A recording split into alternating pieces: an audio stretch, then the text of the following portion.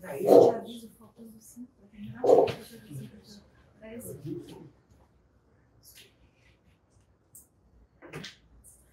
Bom, eu preparei aqui uma coisa escrita. Não se assuste, a letra que é grande, porque você não enxerga. Bom, ela já apresentou o que foi a viagem, né? Eu sabia alguma coisa da China, 50 anos militantes, né?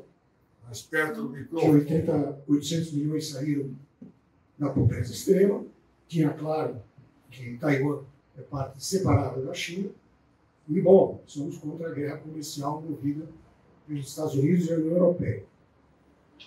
Mas eu fico muito grato ao convite do Partido Comunista da China e por ser incluído pelo secretário de Relações, o Romero Pereira, na delegação, o que me obrigou a estudar, ver quando eu estive lá e agora digerir. A China é um problema deste século, que merece conhecer e se debruçar. Nós visitamos 3 províncias: Beijing, no norte, Qinghai, no extremo leste, no pé do Tibete, e o Cantão, no sul, frente a Hong Kong. Fomos recebidos em visita por dirigentes do Bureau Político, do Comitê Central, da Escola de Quadros, governadores e prefeitos. E também estivemos em diretorias de 5 empresas tipo gigante. Uma Big Tech, líder mundial em clouds e games, quem não souber não tem problema. A Huawei, que todo mundo conhece, é a líder de 5G, que é privada. A BYD, que é o maior produtor mundial de carros elétricos, privada também. E a estatal de energia, uma fantástica fazenda fotovoltaica, com uma capacidade instalada de meio Belo Monte, pelo que a gente entendeu. E uma moderna estufa, avançada tecnologicamente.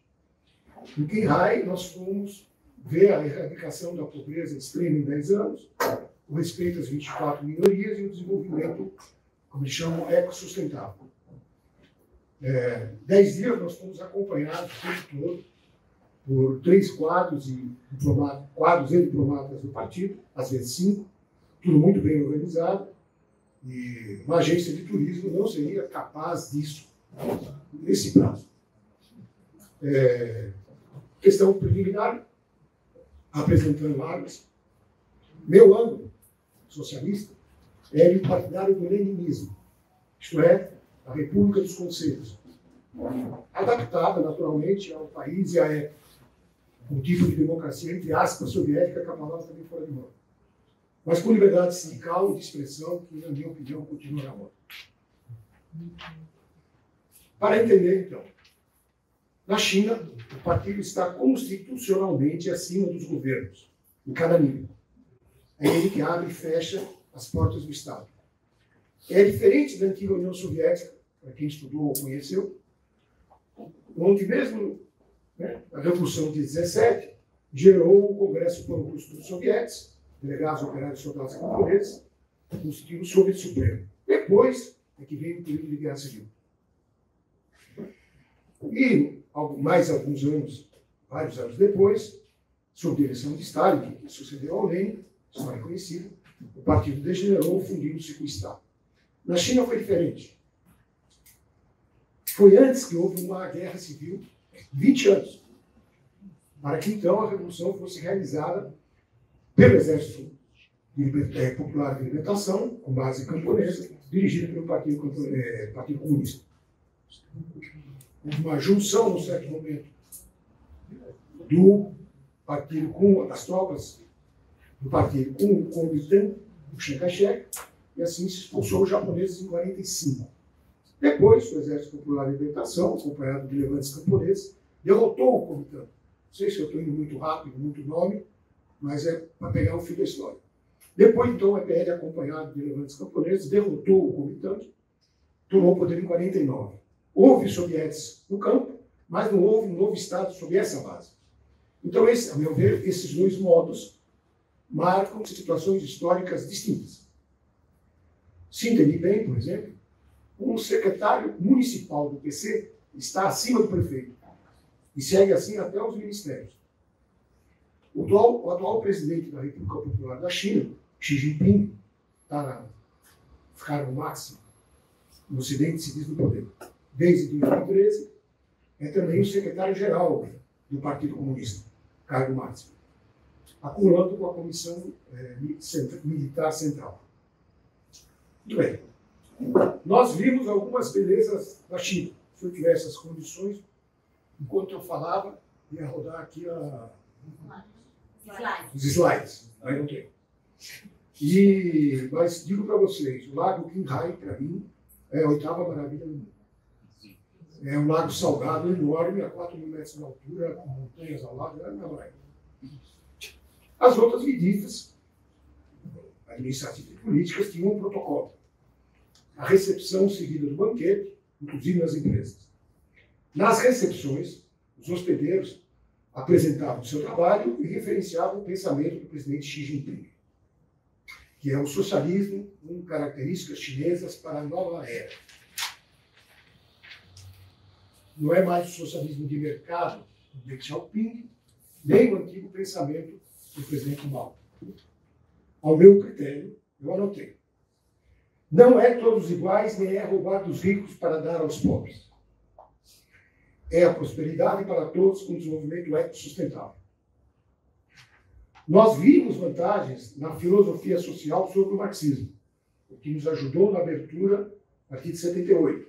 Mas agora, problemas, o presidente Xi Jinping, com o socialismo característica chinesa para a nova era, restabeleceu a liderança do marxismo sobre a filosofia social. A Escola Central de Quadros, já tem quase 10 países estudando esse socialismo e disputamos a hegemonia econômica, cultural e política no mundo. Queremos expandir o BRICS aos países emergentes e integrar todos os países dispostos no cinturão e rota. Já explico. Brasil e China são os 2 maiores países em desenvolvimento, os 2 convivem com o capitalismo, respectivamente, são 2 maiores parceiros comerciais. Logo, são 2 complementares. Ninguém falou do Sul Global, nem do tal bloco Eurásia, que na minha opinião fazia. Estão explicando. O BRICS é um grupo político de estados informal, um banco anexo. A nova Rota da Seda é um complexo de investimento em todos os países dispostos nos 4 continentes. O cinturão é para os países vizinhos. Muito bem. No Brasil há uma discussão sobre a ampliação do BRICS, assim como entrada na nova Rota da Seda, que eu vou falar mais à frente. A ampliação para emergentes como a Turquia, Argélia, Arábia Saudita, Cazaquistão, Argentina, Venezuela e Cuba, tende a ampliar a influência da China. E há a proposta do Lula de ampliar o G20 com a entrada de emergentes, o que, tal como no Conselho de Segurança da ONU, que são 5 e a China está, com a entrada de emergentes, se pensa que poderia equilibrar um contraponto às grandes potências. Muito bem. Segundo a imprensa, o Brasil e a Índia freiam um consenso com a China e com a Rússia. A Rússia em guerra, que mais é que... Quanto mais, melhor. Mas haverá uma reunião do BRICS na semana que vem, de modo que a discussão é até meio... vamos saber o resultado. As recepções, após a introdução do hospedeiro, e uma saudação geral do nosso líder, o deputado Fontana, secretário-geral do partido, e se abria então para dúvidas e perguntas. Acho que o Fontana tentou chamar os brasileiros a perguntas e opiniões, mas ele foi diplomaticamente retificado para dúvidas e perguntas. É o procedimento. Ucrânia. Quero destacar essa parte. O Fontana falou da aproximação entre o Lula e o Xi Jinping na questão da Ucrânia. Não há guerra, paz. Liu Jianchao, ministro do Departamento Internacional do Comitê Central, que nos recebeu, elogiou o papel do presidente Lula na guerra da Ucrânia, que ameaça a humanidade, e afirmou que na guerra da Ucrânia, aspas, as partes têm que assumir as suas responsabilidades. Fecha aspas. Bom, A Ucrânia era, até a guerra, a entrada da Rota da Seda na Ucrânia. Vocês entenderem a complexidade. Na Europa. Trabalho de base. Bom, no roteiro, a gente recebeu, havia escolhido visitar o trabalho de base numa célula do partido Monzu, que é a capital do Cantão, em frente a Hong Kong. É a capital da modernidade high-tech. Lá, nós fomos a um centro comunitário, um distrito de 3.500 residentes, com habitações mais ou menos precárias. Uma deputada do partido, do distrito presente, muito bem, reivindicou o projeto dos elevadores externos para os prédios 3 ou 4 andares. A líder comunitária falou da satisfação que é obtido depois de anos de luta. Foi o mais perto que nós chegamos da vida do povo. Porque em 10 dias nós não fomos a uma casa, no campo ou cidade, nem ao chão de fábrica, só a diretoria. Na enfermaria desse centro comunitário, havia na parede, na entrada, uma grande foice e martelo, do tipo daquela hora. C4, naturalmente. Que é o símbolo do partido, a foice e martelo. Enquanto que o símbolo do Estado é um colar de estrelas. É uma estrela grande, cercado por umas estrelas embaixo, que deve ter uma explicação que eu não sei. Nas escadas tinha cartazes do PCC, do partido, e na recepção nos explicaram que ali se oferecia assistência social, jurídica, refeições aos idosos que necessitam, dentre os 700 cadastrados do distrito. Eu retive que as famílias ocupam os velhos a maior parte do tempo, exceto se não têm filhos. E também havia no local dança de rua, jogos infantis e de adultos, dava um clima relaxado. No centro comunitário, a boa parte dos militantes de base locais do partido milita em várias dessas tarefas de assistência, como funcionários públicos. Ao meu ver, aí é bem visível a fusão Estado-Partido. Não necessariamente todo mundo é do partido, embora provavelmente todo mundo seja do Estado, mas é o partido que estrutura, lidera, que é a linguagem que eles usam, essas atividades. Dito de outro modo, na minha opinião, é a expressão da fusão de uma máquina burocrática estatal, todo Estado é uma máquina burocrática, com a máquina partidária colada nessa burocracia. Porque em todos os níveis é assim.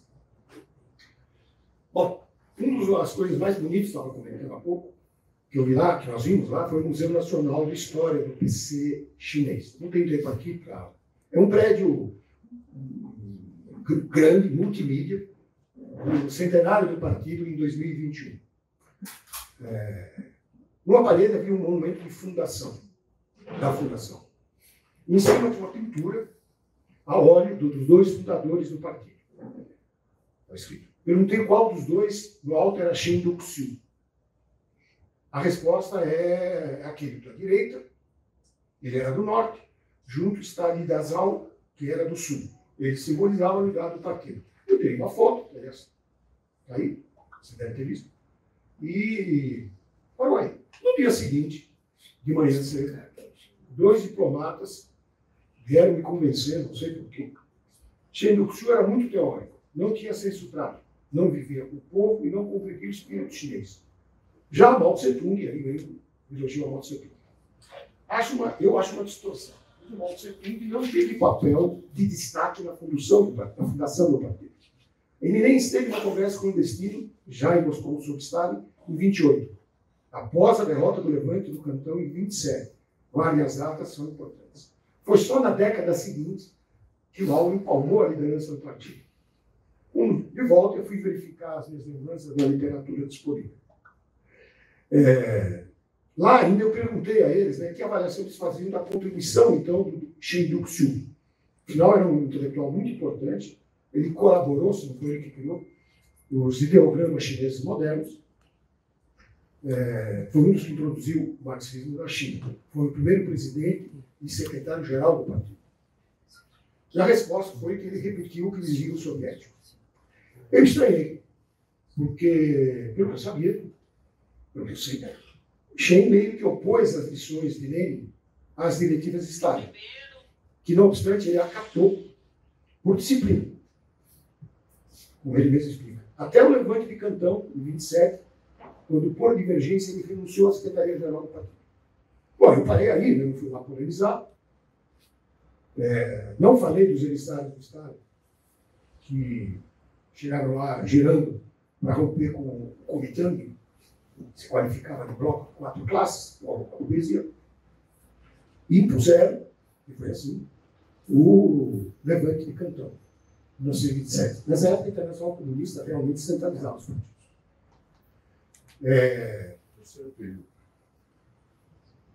O Museu Histórico, esse, qualifica a Comuna do Oriente, um levante que durou 72 horas, resultou em milhares de operários e comunistas mortos nas ruas, como a Comuna do Oriente. Também não falei da posterior adesão do Cheio do Sul à oposição de esquerda internacional, quando, 2 anos depois, ele saiu da Secretaria-Geral, lhe propuseram um compromisso: ganharia a editora, o partido se escrevesse uma carta contra Trotsky. Ele se negou, foi expulso do partido em 1920. Bom, a narrativa chinesa não comenta a grande revolução, pelo menos oficialmente, não comenta a chamada Grande Revolução Cultural Proletária, 1966-76. Foi liderada por Mao, eu me lembro bem, na juventude era idolatrada pelos maoístas de todo mundo, mas que tanto dano trouxe ao país, em termos de desorganização, perseguições, etc. O museu, inclusive, registra a enorme manifestação, que é muito feliz de ver, contra a repressão na Praça da Paz Celestial, em abril de 76, pouco antes da morte do Mao, que levou à derrubada do Bando dos Quatro. Não sei se já ouviram falar. 2 foram condenados à pena de morte, depois comutados por perpétua. Eles tinham dirigido a China nos últimos anos da decadência física do Mao. E acabou aí a Revolução Cultural. A narrativa é de um período que vai de 49 a 76, a morte do Mao. E depois vem 78, quando o Deng Xiaoping assumiu o timão, levou à abertura do mercado. Nos explicaram que Deng respondeu ao que chamam de tumulto da Praça da Paz Celestial de 89. Esse é aquele que tem um jovem na frente do tanque, para não confundir com o outro. Que ele respondeu a esse tumulto com ainda mais abertura. Os mortos nunca foram contabilizados. Segundo a Cruz Vermelha, são 10 vítimas. Essa é a informação que eu achei. À época, o PT rompeu relações com o Partido Comunista da China por alguns anos. Os chineses também não comentaram as greves e manifestações agora de outubro e novembro, que levaram ou aceleraram o fim da política do Covid-0, que é aquela do confinamento local. Eu acho, inclusive, que é o que explica a gente ser, como eles diziam, a segunda delegação após a pandemia. Porque para eles a pandemia acabou agora em novembro. Nós chegamos lá em junho. Tinha tido uma delegação antes. Bom, tampouco nos falaram sobre os sindicatos, né, que tem 200 milhões de filiados, nem no nível do partido, nem no nível das empresas. Sobre a nova Rota da Seda, que eu já prometi explicar, no Brasil há uma grande proposta de rota da seda, que é a ferrovia transoceânica, estimada em 60 bilhões de dólares, que iria de Porto Açu, no Rio de Janeiro, até Ilo, no Peru, por cima dos Andes. Os projetos foram paralisados nos últimos anos. Há também uma rodovia bioceânica, mais barata, em construção, com recursos locais e financiamentos entre Santos e a costa do Chile e do Peru. Na minha opinião, não fecha bem esse plano. Por que não fecha bem? Não é que seja contra ferrovias ou transações, mas o plano, porque o Lula quer reindustrializar o país. Os chineses hoje estão atrás de soja, milho, minerais raros. Para ele, realmente, é de maior interesse a ferrovia, a rodovia, para baratear seus custos. A Rota da Seda é um plano de investimentos em energia, petróleo e gás, e elétricas, principalmente infraestruturas, grãos, minérios, Ásia, África, América Latina. Segundo a imprensa chinesa, há um nearshoring industrial direcionado ao México, que é uma relocalização de proximidade. Investindo em manufaturas que geram mais empregos. Igual ao mercado estadunidense, maior do mundo, graças ao livre comércio do NAFTA, sem filtros. A ideia que eu ouvi dentro da delegação e apresentarmos nossas exigências industriais, biotecnologia, chips, estaleiros, satélite, etc., na minha opinião, não é realista. Seja pela soberania do Estado chinês, seja pelo objetivo de lucro que tem o setor privado. Outra coisa é que quem entra na rota pode ter dificuldade para sair. O caso da Argentina, que entrou na rota no ano passado, retrasado, merece uma reflexão. O grande projeto dos hermanos é um gasoduto no megacampo de Vaca Muerta, na província de Neuquén, para Buenos Aires, e depois para Porto Alegre. O projeto se arrasta por questões de financiamento. Ou será feito com yuan, e aí com compras já feitas agora em yuan, ou, caso o BNDES o financiasse, um plano baseado no real, com compras em reais no Brasil. Tem a diferença. É sabido também o efeito da Rota da Seda em países como Ásia e África, onde eu não estive, mas vi, como um fator de novo endividamento pós-dólar. Por fim, as gigantescas chinesas agem, que aí houve depoimentos, tal como multinacionais na mineração do Peru ou da Colômbia, onde há duros choques na luta de classes, greves e manifestações. O que os chineses nos propuseram foi convênios entre cidades irmãs, abertura para suas empresas, colaboração entre programas sociais e entre o Congresso Nacional e a Assembleia do Povo. Tudo com o invariável eixo da ampliação do BRICS e também da Rota da Seda. Eu sou muito a favor da cooperação, contra toda forma de isolamento. O secretário de Relações, o Romero, sabe bem que me engajei até para conseguir vistos para médicos chineses virem a um congresso agora no Brasil, por alguma razão não sai. Na delegação, alguns advogaram o envio de dirigentes do PT para a formação da Escola Central de Quadros. Que, na minha opinião, não é compatível com a tradição do PT. Uma coisa é uma coisa, outra coisa é outra coisa. Bom, no 50º aniversário da Revolução, o partido fixou para 2050 um conjunto de metas para a volta à normalidade, entre aspas. Eu li e fiquei espantado. Normalidade? A explicação é simples. Depois do século de humilhação, como eles dizem, a Guerra do Ópio, 1840, até a Guerra de Libertação, 1949,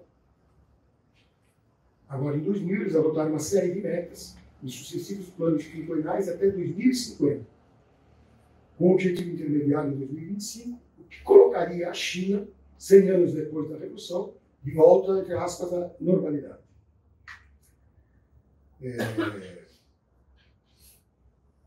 A China, na liderança, o centro, sem império, é claro. Na China, culturalmente, a ideia entre meio e centro é análoga, naturalmente sem império, insistindo. Na escola de quadros, por exemplo, um tema de estudo atual lemos, claro, que se estima que em 1840, antes da Guerra do Ópio, a China era o segundo PIB do mundo, só atrás da Grã-Bretanha, quando foi invadida pelo exército britânico, que quebrou o país. Se quer. Bom, sobre a ideologia e o patriotismo. Na entrada da Escola Central de Quadros, há uma alta escultura do Marzientos, assim como retratos deles em outros ambientes. Raramente se vê fotos do Lenin. Mesmo no grande Museu da História do PCC, a delegação, talvez tenha escapado alguma coisa, viu 2 Lenins e 3 Stalins, em meio a previsíveis centenas de registros dos vários secretários-gerais, destaque para Mao, Deng e Xi, cujos pensamentos respectivos foram recolhidos na letra da Constituição. O patriotismo é notável. A etnia Han hoje é cerca de 90% da população. O caso dos uigures muçulmanos, que muitos me perguntam, lá me explicaram que estão pacificados, diferente de há 10 anos. No Tibete, outra pergunta que me fazem, o Dalai Lama perdeu a autoridade, que eu acho bem provável depois do escândalo de pedofilia. E o Xi Jinping, segundo brasileiros residentes, efetivamente ganhou prestígio com as detenções por corrupção, até um membro do Bureau Político, um total de 1 milhão de comunistas presos. Há 97 milhões de militantes no partido. pela informação. Questões do trabalho. Durante os transportes, a gente papeava entre nós e com os diplomatas. Um dia, ao lado do parlamentar, eu vi como são os feriados. Presta atenção. Cada dia feriado, há uma ponte. Sempre de quinta-feira a sábado. Retomando-se o trabalho no domingo. Quer dizer que não há exatamente um descanso semanal remunerado. Sobre as férias, é assim. Conforme o tempo de trabalho. Quem tem de 1 ano a 10 anos de trabalho, tem 5 dias de férias ao ano. Quem tem de 10 a 20 anos de trabalho, tem 10 dias. E a pessoa que explicou falou que ela tinha 20 dias. Tipo 40. As aposentadorias estão sendo progressivamente introduzidas, modeladas por uma consultoria do JP Morgan, aquele banco americano, com contribuições diferenciadas de fundo. Incluirão os trabalhadores migrantes, não imigrantes, atenção, latino-americanos, migrantes, que seriam hoje 100 milhões. Já foram 200 milhões, em geral jovens vindos do campo, que não tinham nada. Pode-se imaginar o sobrevalor produzido por esse sistema. Bom, o desemprego urbano, atenção urbano, oficialmente é baixo, 5,3% em março. O dos adultos é ainda mais baixo, 4,3%. Enquanto que o desemprego dos jovens, de 16 a 24 anos, era de 19,6%. E subindo, 20,8% em maio e 21,6% em junho. Isso são números oficiais de outras fontes que vão ser avaliados, outros números. Mas isso traz uma pressão nas nucleadas famílias chinesas. A concentração de renda, por outro lado, segundo o JP Morgan, é bem grande. Isso é menor que nos Estados Unidos da América, onde 10% dos mais ricos detêm 79% da riqueza. Na China, os 10% mais ricos detêm 62% da riqueza nacional, acima da Alemanha, onde esses 10% detêm 55% da riqueza. Repetindo, 79% nos Estados Unidos, 72% na China, 55% na Alemanha. Na Huawei, aí vocês precisam ir, na entrada, são centenas de metros, talvez 200 metros, de ostentação e luxo ocidental. Desde Grécia, Roma e Bizâncio, até Luís XV. O ambiente é um ambiente contemporâneo, que contrasta com a fina arte militar chinesa. Eu fiquei admirado. Que é vista nos ambientes tradicionais, nas sedes do partido e do governo. O luxo da Huawei indica uma desigualdade. A gente na rua vê também limusines. Futuro. Bem, não tenho visão de futuro, mas todo mundo vê aquilo e se pergunta. A China está no mercado mundial. Só não abriu a conta capital. São os grandes bancos estatais que fazem o mercado financeiro local. Quer dizer, não tem aquele negócio de fuga de capitais como no Brasil. Há 10 anos, as relações de Xi Jinping com os gigantes privados se mantêm apesar de certas tensões. Em 2020, houve um choque, um emblemático bilionário, se não me engano, membro então do Comitê Central, Jack Ma, dono do grupo Alibaba, que muitos aqui já devem ter, AliExpress, Alipay, deve ter acionado.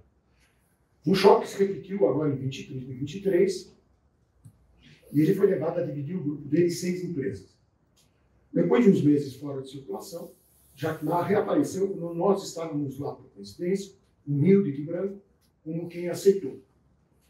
Sobre a questão da volta do Estado sobre o privado, que aparece na imprensa, o de residentes, que é mais contraditório, conforme o setor, o certo é o reforço da centralização da autoridade do partido. A tendência atual é a deflação dos preços e a diminuição do ritmo do PIB, mas não a recessão. Economistas dizem que há anos há um excesso de capital sendo investido. E alguns deles até dizem que é um motivador do projeto Cinturão e Rota. Bom, de fato, segundo o Lênin, a dinâmica da exportação de capital é um dos 5 traços do imperialismo, mas não é o único. Outro traço é a fusão do capital industrial com o capital bancário que resulta no capital financeiro, que a partir daí controla os governos. Não é assim na China. Porque há uma sobreposição, uma tutela do partido, que é partido único, sobre o conjunto, o setor privado, o Estado, as estatais e as forças armadas. Outro braço ausente, claramente, na China, é a guerra imperialista por mercados. Então, a China, na minha opinião, não é um país imperialista. A China lidera em vários nichos de mercado, carros elétricos, fotovoltaicos, setor de internet, mais alguns, né? Mas, de conjunto, ela é superada pelos Estados Unidos, da América, que detém a maior parte da ciência e tecnologia do mundo no mundo. Somando os seus países da União Europeia, a balança desce. Por exemplo, quando nós estávamos lá, se lançou o primeiro avião comercial de longa distância. A partir daí, um projeto que num indesejável confronto militar, a China teria dificuldade frente a um eventual bloco. Estados Unidos, União Europeia, Coreia e Japão. A menos de uma reação popular interna nesses países, que também é possível. Desejável. Esse bloco aí, começou a se desenhar na questão da Ucrânia. Enquanto que o dito bloco Eurásia, a China, a Rússia e outros, é uma ideologia. Xi Jinping até hoje não se engajou com a Rússia. Tirou foto com Putin, não condenou a Rússia na OTAN, virou grande comprador de energia e outras coisas, e também vende produtos high-tech ao país, que podem ter utilidade militar. Mas o BRICS, por exemplo, não fez nenhum novo financiamento à Rússia. Nos disse a Dilma, entre aspas, quem te encontrou pela lá, entre aspas, em respeito às sanções do mercado, fecha aspas. Então, apesar da histeria ocidental, a China evitou sanções mais duras dos Estados Unidos, tipo as proibições da Rússia. Embora, desde antes da guerra, já existissem cotas e retaliações, que agora viraram interdição para certos produtos high-tech. Refletindo, um bloqueio à China traria um grande tumulto nas cadeias produtivas. Traria um grande tumulto nas cadeias produtivas ocidentais. Mas a queda do dólar, por outro lado, seria um grande problema para a China, que é a maior detentora do título do Tesouro americano, e provocaria uma instabilidade para quem depende do mercado mundial. A China e alguns emergentes, por outro lado, querem desdolarizar. Quer dizer, que o dólar deixe de ser o único meio de troca, parente geral, e reequilibrar o comércio. Mas isso pode ser feito por yuan, e não necessariamente com a moeda do BRICS. Como tem reunião na semana que vem, eu paro por aqui. Entrando na conclusão. O Estado chinês atual não é o Estado operário degenerado dos anos 30, tal como a União Soviética. Mas a hipótese do Partido Comunista da China, em 1949, ter dirigido uma revolução proletária por procuração do proletariado, 20 anos depois dos massacres em Xangai e Cantão, em 1927, que esmagaram o proletariado, não é uma hipótese razoável. Depoimentos que eu tive acesso relatam como o movimento operário ficou deprimido durante a invasão japonesa, de 1931 a 1945, o que é lógico. O PCC, o que ele fez foi dirigir vitoriosamente o Exército Popular de Libertação, de base camponesa, nesse longo período. Em 1949, a reforma agrária expropriou latifundiários, não foi uma expropriação geral, com ocupação e gestão de fábricas por chuvas, como na União Soviética em 17. O partido, depois de 49, queria uma nova democracia. Era o lema. Algo que a gente pode assemelhar a uma etapa democrática. Inclusive deu ajuda ao setor privado. Mas, sob pressão imperialista, dentro e fora do país, já em 51, o Mao lançou uma campanha contra os inimigos do Estado, que foi um choque para os capitalistas sobreviventes. E, com mais mobilizações no campo e na cidade, em 53, o Mao nacionalizou o comércio exterior e expropriou os capitalistas. Na minha maneira de ver, o novo Estado chinês, desde 49, se formou sob um enquadramento militar dirigido pelo partido. Não houve aquela democracia soviética inicial da Rússia. Na China, pouco a após a ruptura com a burguesia, como eu mencionado, foram lançadas a política das comunas populares, mais ou menos na época do plano chamado Grande Salto Adiante. Mas as comunas não eram para ser centralizadas nacionalmente, eram descentralizadas e autônomas. Inclusive, com o que eu acho bizarro, me permite como economista, ministeriúrgicas. Não sei como está tendo ministeriúrgica. E o que houve, na verdade, foi uma grande fome. Então, depois de um longo e tumultuado processo, que teve que passar pela recuperação da autoridade do partido, ainda abalada pelos comitês populares da Revolução Cultural, depois disso é que se chegou à situação atual. Para saltar tudo, na Constituição emendada em 2018, o partido está abertamente acima de todos os órgãos, sindicato, parlamentos, Congresso do Povo, Conferência Consultiva, Universidade, etc. Não se controla por detrás, como nos soviéticos burocratizados. Se controla de frente. Eu vou ler aqui com paciência um trecho do parágrafo 1º da Constituição, o artigo 1º da Constituição da China e o artigo 2º da antiga União Soviética. Artigo 1º da Constituição da China. A liderança do Partido Comunista da China, a liderança, é a característica definidora do socialismo com características chinesas. A sabotagem, na mesma palavra, a sabotagem do sistema socialista por qualquer organização ou indivíduo é proibida. Proibição significa medidas. Na minha opinião, fica claro a questão do Partido Único. União Soviética, artigo 2º. Em 1900, bom, já explico. A base da organização política da União Soviética consiste em soviets, deputados de classes trabalhadoras, que cresceram e se tornaram fortes devido à supressão do poder nas mãos dos proprietários e capitalistas e à conquista do poder pelo proletariado. Essa Constituição de 1936, que o Stalin chamava a mais democrática do mundo, aquela que em 1937 e 1938 deu origem aos processos de Moscou e ao fuzilamento do que tinha sobrado do Comitê Central da Revolução de 17. Você vai ver que a letra nem sempre é o conteúdo. Bom, a China tampouco é um Estado capitalista normal, uma república burguesa.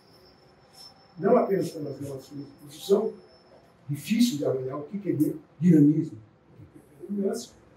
Acho até que a dinâmica é privada, mas a predominância provavelmente estatal, construindo a propriedade da terra, os vários monopólios estatais, etc. E, por fim, a forma de governo, claramente, não é uma república, é nada república burguesa. O PCCH, é verdade que tomou o poder contra o Estado. Isso é importante. Porque na Conferência dos Grandes, no final da Segunda Guerra Mundial, Churchill, Stalin e Roosevelt pactaram uma divisão do mundo em esferas de influência, onde a China estava destinada a Chiang Kai-shek, que era um títere dos imperialistas. Mas a sombra do Deng Xiaoping, desde 78, portanto, antes do desmantelamento da União Soviética, que se seguiu à debilidade do Gorbachev, antes vinha se formando uma burguesia proprietária ligada ao mercado mundial. Ao lado, tinha uma burguesia camponesa funcionária e um enorme proletariado jovem, sem organização independente. Ocorreram várias greves e manifestações a nível local, muitas vezes vitoriosas. E mesmo houve tentativa de sindicato independente. O direito de greve como tal foi retirado da Constituição em 1982. Mas não existe tampouco nenhuma proibição legal dos trabalhadores fazerem greve. Então, parece que fica uma situação de discricionariedade para o patrão e para a polícia. Se o direito de greve não está na Constituição, mas também não tem nenhuma lei que proíbe. Capitalismo de Estado, isso é uma forma que a gente vê. Eu acho que seria necessário que eu vou aprofundar isso, não hoje, mas também não vejo isso institucionalizado. O conceito do capitalismo de Estado dissolveria numa coleção de casos históricos díspares em sociedades muito diferentes. Na China há um capitalismo, se vê, e há um Estado partido, que não é capitalista em si. E, sobre todos, há a tutela, repito, do Partido Comunista. E a burguesia tampouco tem independência política, não tem representação própria. Ela está no partido, parte afiliada, Imagino que se encontra nas esculturas do Estado e das 23 províncias. Depoimentos acadêmicos mostram que na universidade se confrontam linhas de pensamento econômico que partem de fiados do partido, opondo, vejam bem, o ultraliberalismo do Hayek, que é o papa do neoliberalismo, a um tipo de reformismo, chamando assim, de mercado. No contexto do mercado, por uma série de melhorias. E depois tem um centro majoritário, segundo se defender. É importante notar que todas as cabeças-chave estudaram em Yale e Harvard, estimulados pelo regime, não são dissidentes. Bom, pergunta, haverá uma simbiose nova? Bom, muito hipoteticamente, talvez no longo prazo. Mas creio que muito antes disso se realizar, a tensão existente entre as partes, partido de Estado, empresários e a massa trabalhadora, tanto em cima quanto embaixo, ainda irá um desenlace. E esse desenlace terá um impacto político que só pode ser revolucionário, veja o lugar da China no mundo. Hoje se ressalta a pressão do liberalismo, através da guerra comercial e pela questão da segurança, com a OTAN atrás da Rússia e, do lado oposto, os Estados Unidos atrás de Taiwan. O que obriga a China a aumentar dramaticamente a parcela da defesa do orçamento, em detrimento de outros investimentos sociais e produtivos. No plano internacional, a direção ingressa dessa fusão partido-Estado busca, até o ponto de não romper com o mercado mundial, busca legitimamente proteger a nação da qual depende, e assim se proteger também. Termino lembrando que quando os estudantes da Universidade de Beijing, que, pelo que eu entendi, são, na maioria, filhos da elite, quando os estudantes da Universidade de Beijing aderiram às greves e manifestações fabris contra o lockdown da Covid-0 em novembro último, o governo recuou, revogou o confinamento. Ou seja, agiu diferentemente da Praça da Paz Celestial de 89. Não houveram mortes e nem mesmo prisões.